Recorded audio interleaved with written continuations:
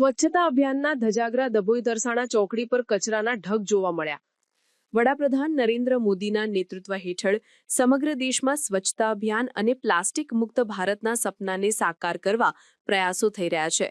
ત્યારે ડભોઈ શહેરના પ્રવેશ દ્વાર પર જ જોવા મળી રહેલો કચરાનો અસહ્ય માહોલ તંત્રની બેદરકારી છતી કરે છે.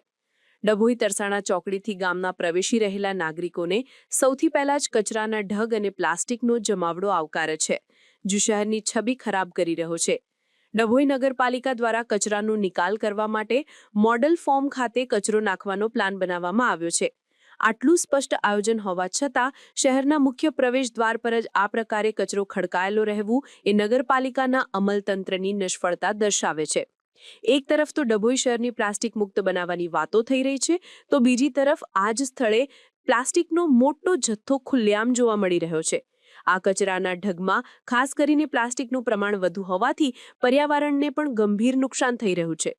શહેરમાં નિયમિતપણે સ્વચ્છતાના પખવાડિયા અને સફાઈ અભિયાનો ચલાવવામાં આવે છે, જેના પર લાખો રૂપિયાનો ખર્ચ થાય છે. તેમ છતાં આ મુખ્ય માર્ગ પર કચરાના ઢગ ખડકાયેલા રહે છે, જે દર્શાવે છે કે કાં તો આ અભિયાનો માત્ર કાગળ પર જ છે અથવા તો જાહેર જનતામાં જાગૃતિ લાવવાના પ્રયાસો નિષ્ફળ ગયા છે.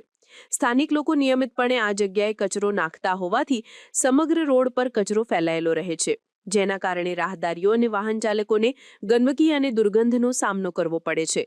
ડભોઈ તરસાણા ચોકડી એ શહેરનું પ્રવેશ દ્વાર છે.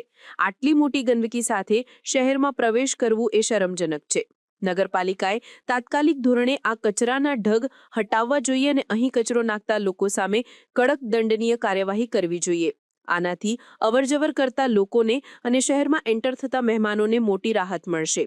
ડભોઈ નગરપાલિકા તાત્કાલિક પગલાં લઈ આ કચરાના ઢગ હટાવીને આ વિસ્તારને સંપૂર્ણપણે સ્વચ્છ બનાવે તે જરૂરી છે, જેથી સ્વચ્છ ડભોઈ શહેરનું નિર્માણ થઈ શકે. ડભોઈ નગરપાલિકા આ બાબતે શું કાર્યવાહી કરે છે એ જોવાનું રહ્યું.